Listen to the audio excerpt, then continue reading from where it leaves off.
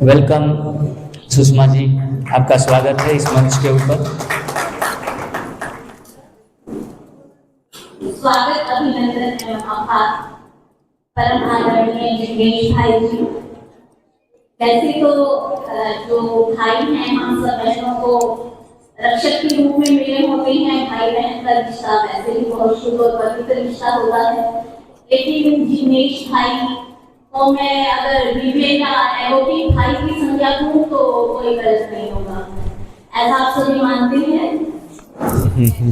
तो जिग्नेश भाई हमारे लिए एक दिव्य और अलौकिक भाई हैं, क्योंकि जो हमारे लौकिक भाई हैं वो हमें जीवन की हमारी रक्षा करते हैं, हर पल हमारा हर कदम पर साथ देते हैं, लेकिन वो हमें जीवन दान देने वाले भाई हैं। जब हर जगह से हार जाते हैं, बीमारियां हमें घेर देती हैं, तो वो मार्गदर्शन जो हमें दे रही हैं, ऐसा मार्गदर्शन हमें कहीं मिलेगा नहीं। तो परम आदरणीय भाई जी के को मैं सादर अभिनंदन प्रणाम करती हूँ। भाई जी, आप सबकी गरिमामयी उपस्थिति को सादर नमन प्रणाम। और भाई जी के सम्मान में दो पंक्तियाँ मैं कहना चाहती हूँ।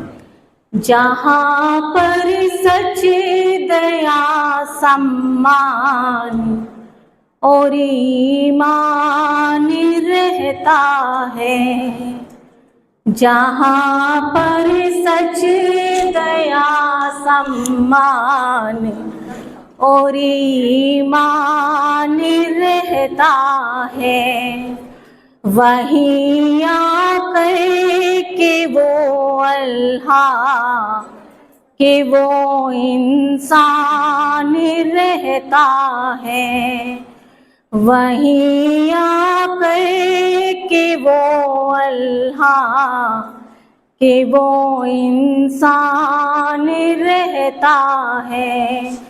अगर तूने निकाला है किसी के पाँव का कांटा, अगर तूने निकाला है किसी के पाँव का कांटा, तो ये सच है तेरे दिल में कि भगवान रहता है। तो भाई जी हमारे लिए किसी भगवान से कम नहीं है, तो ऐसा आप सभी भी मानते होंगे। और जींद वासियों की तरफ से मेरी अभिव्यक्ति नहीं है, ये सबकी अभिव्यक्ति है कि भाई जी हमारे लिए किसी भगवान से कम नहीं है, कि जहाँ हम थकते हैं हारते हैं वहाँ हमें ये रास्ता दिखाते हैं।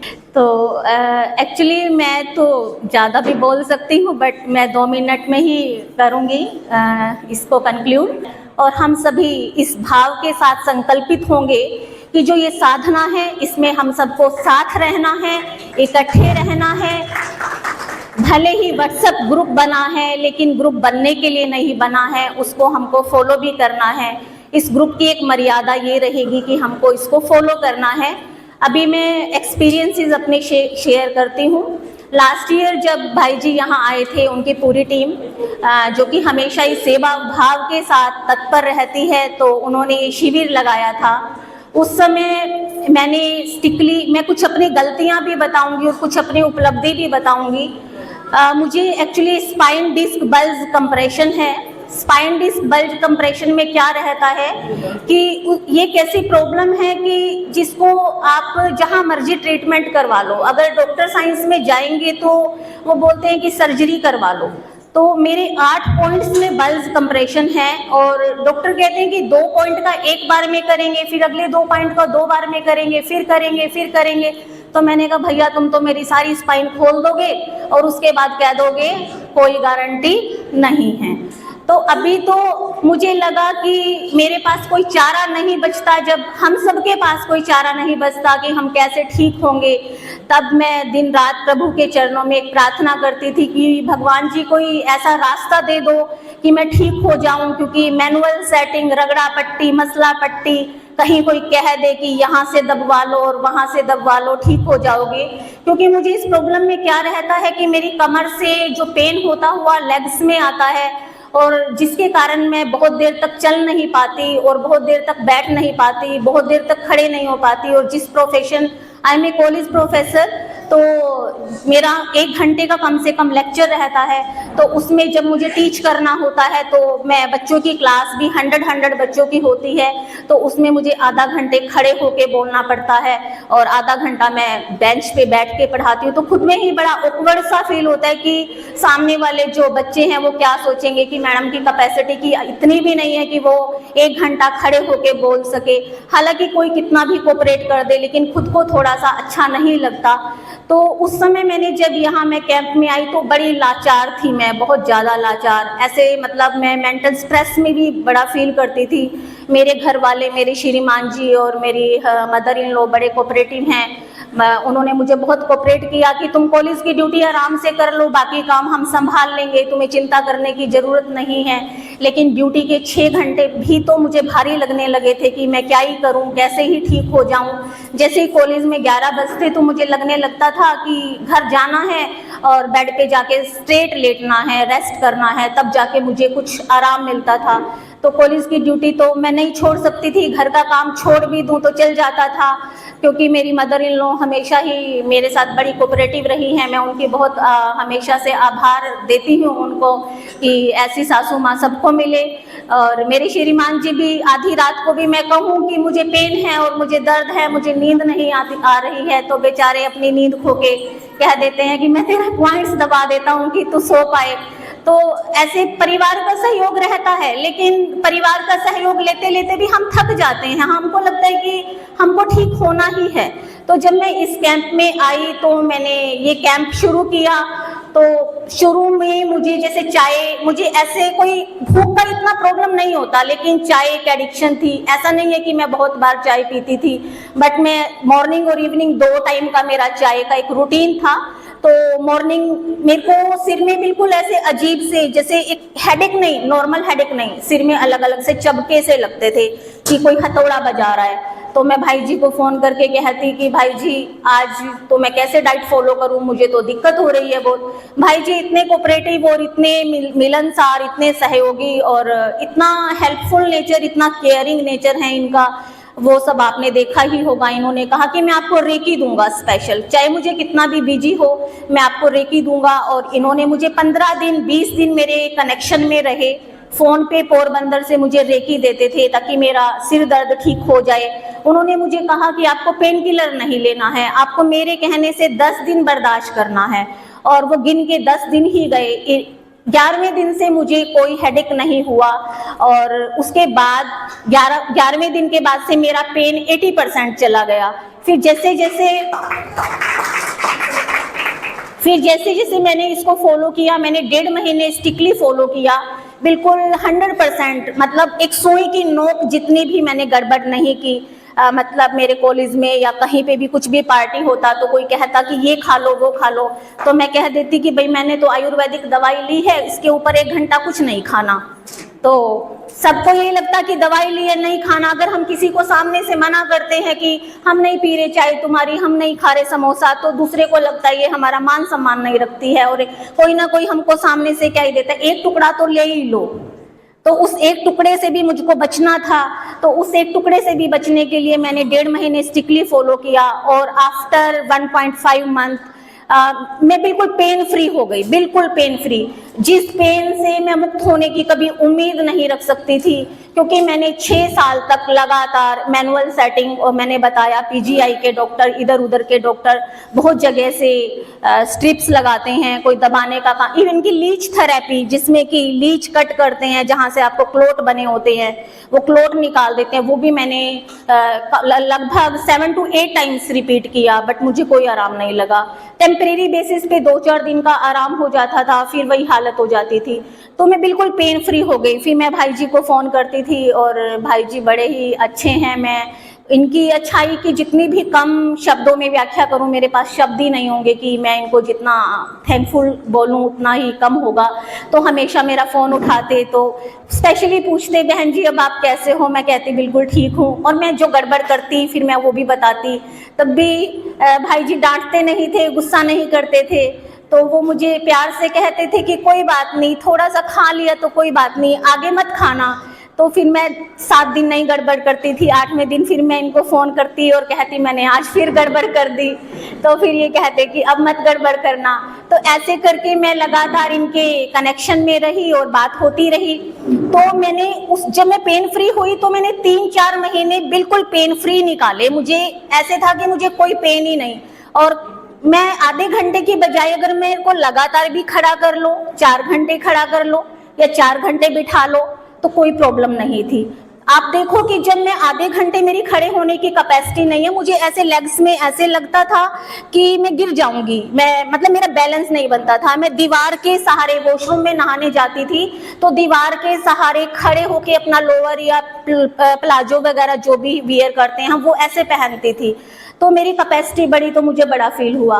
उसके बाद मैं अपनी गलती कहूँ, एक्सक्यूज़ कहूँ या बहाने कहूँ, या फिर ये कहूँ कि कमिटमेंट में कमी आ गई, या फिर वो कहूँ कि हम ठीक होने लगते हैं तो हमको लगता है कि क्या ये ज़रूरत है, तो मैं उसे एक्सक्यूज़ तो नहीं कहूँगी, मैं अपनी गलती ही कहूँगी। तो मैंने धीरे धीरे करके मैंने थोड़ा सा एस्ट्रो साइंस मेरा पैशन था, एस्ट्रो मैंने सीखना शुरू किया। तो उसमें क्लासेस वगैरह लगती थी तो वो लेट तक चलता था, रात के 1 बजे तक 2 बजे तक। तो एस्ट्रो साइंस सीखते सीखते तो मैंने एक प्लेटफॉर्म भी ज्वाइन किया, वहाँ पे मैं वर्क करने लग गई।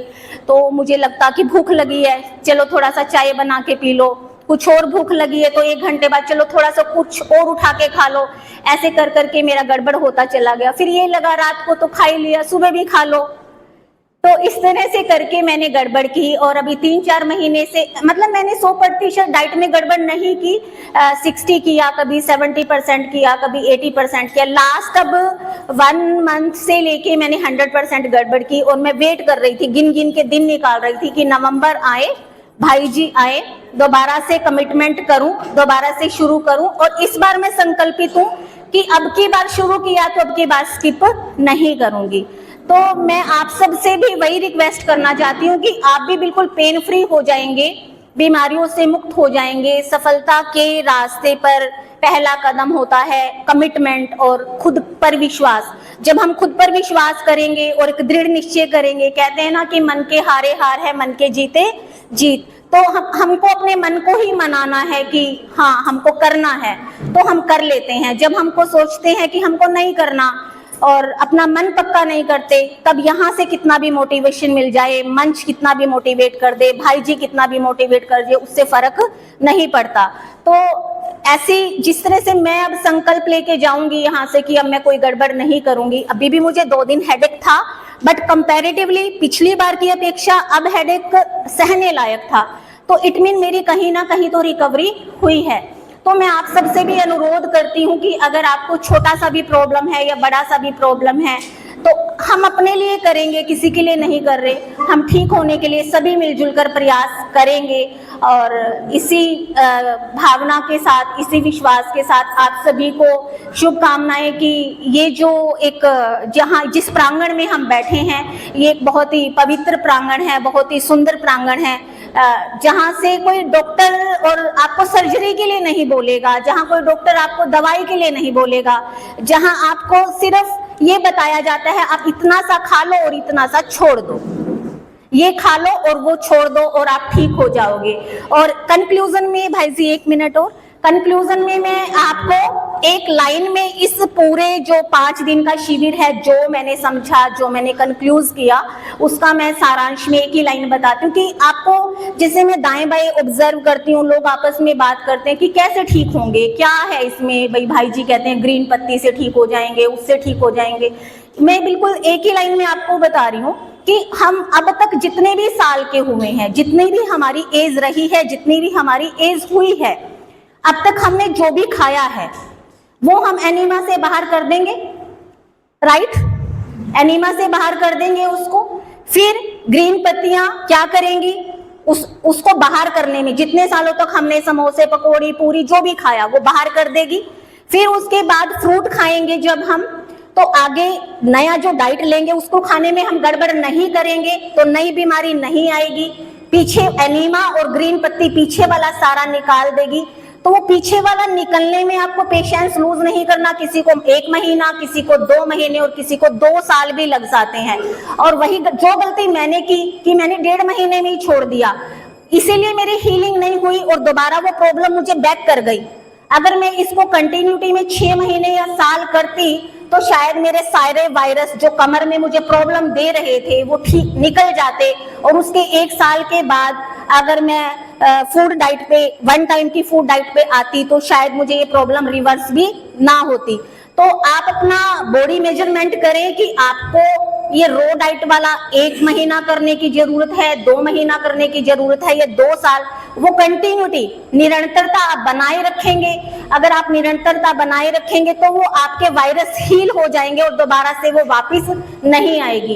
तो यही कंक्लूजन है कि पीछे का खाया हुआ एनीमा उससे निकल जाता है, नेक्स्ट खाने में गड़बड़ नहीं करेंगे।